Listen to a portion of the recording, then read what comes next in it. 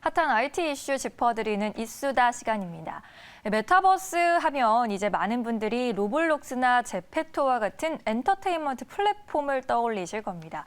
그러나 기업의 디지털 혁신을 도와주는 메타버스가 따로 있습니다. 바로 디지털 트윈인데요. 지난주에 한번 다뤄드리기도 했었죠.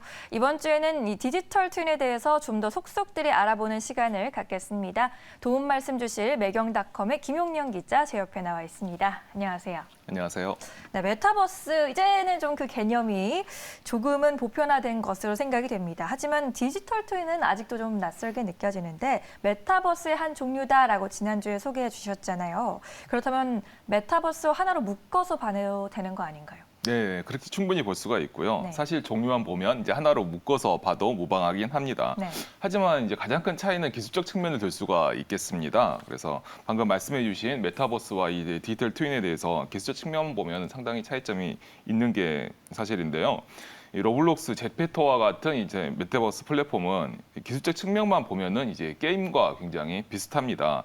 여러 사용자들이 각자의 아바타를 이용해서 다양한 활동을 하는 형태를 가지고 있죠. 그래서 이제 대표적인 메타버스 플랫폼 중에 하나가 굉장히 유명한 게임인 포트나이트인 것도 사실 이런 연유 때문인데요. 네. 하지만 디지털 트윈은 좀 더 살펴보면 메타버스의 범주에 속하긴 하지만 그 핵심 기술은 상당히 차이가 있습니다. 여기에는 과거 기업의 디지털 혁신을 이끌었던 이 빅데이터와 그리고 사물 인터넷 그리고 스마트 팩토리 그리고 인공지능까지 이런 다양한 첨단 기술이 사용되고 있는데요.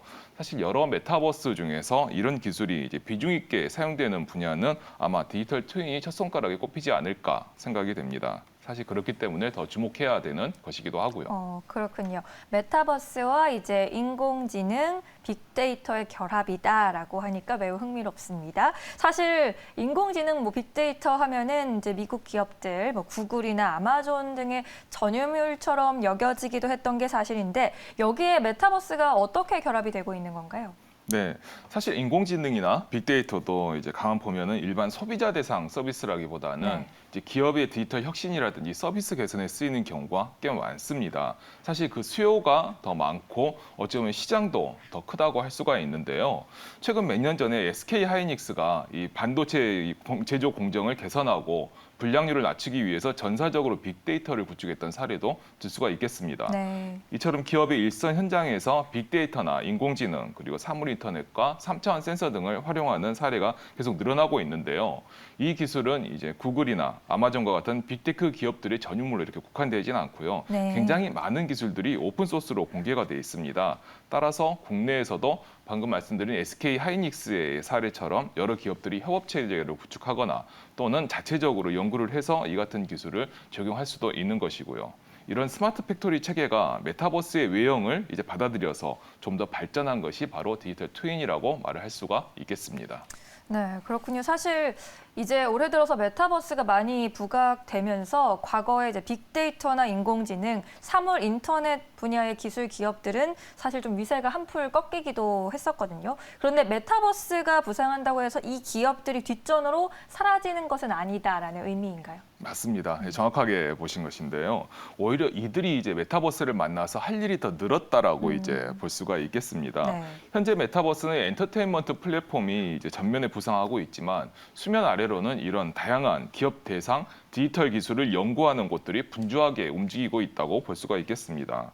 마치 물 위에 떠 있는 백조 같다고 할 수가 있겠는데요. 네. 예, 두 다리가 이제 부지런히 물장구를 쳐야 네. 이 백조가 이 물 위에서 우아하게 버틸 수가 있는 것 아니겠습니까? 그렇죠. 그래서 결코 이 수면 아래에 있기 때문에 바로 보이지는 않지만 그 가치는 결코 적다고 할 수가 없는 상태인데요.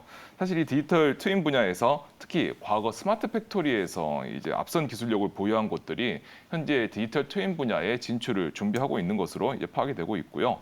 그리고 일부 성과도 나오고 있는 것으로 이제 관측이 되고 있습니다.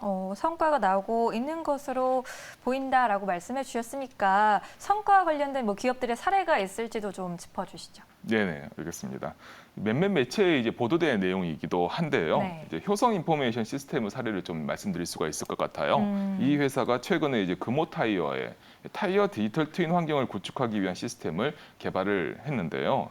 여기에는 이제 빅데이터와 인공지능 기술이 한껏 같이 쓰였습니다.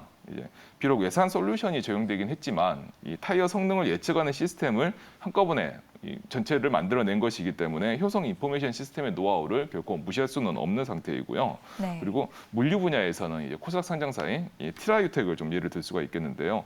이 회사가 이제 자율주행과 로봇을 활용을 해서 이 디지털 트윈을 지원하고 있는 상태이고요. 그리고 또 다른 회사로는 국내에서는 이제 LS그룹이 공장자동화 그룹에서 매우 앞서 있다고 볼 수가 있는데 이것도 이제 디지털 트윈 분야의 진출을 이제 기대할 수가 있겠습니다. 네, 주요 기업들의 흐름도 좀 살펴봤습니다. 오늘은 이렇게 디지털 트윈을 좀 더 자세히 알아봤는데요. 기업들의 디지털 혁신을 이끌었던 많은 기술 회사들이 이 메타버스를 만나서 다시 한번 나래를 펼칠 수 있을지 주목이 되고 있습니다. 메타버스가 기업의 혁신까지 이끌어낼 수 있다면 지금보다 더 높은 평가를 받을 수 있을 테니까요. 지켜보도록 하겠습니다. 오늘 이수다는 여기까지 하도록 하겠습니다. 말씀 잘 들었습니다. 고맙습니다. 감사합니다.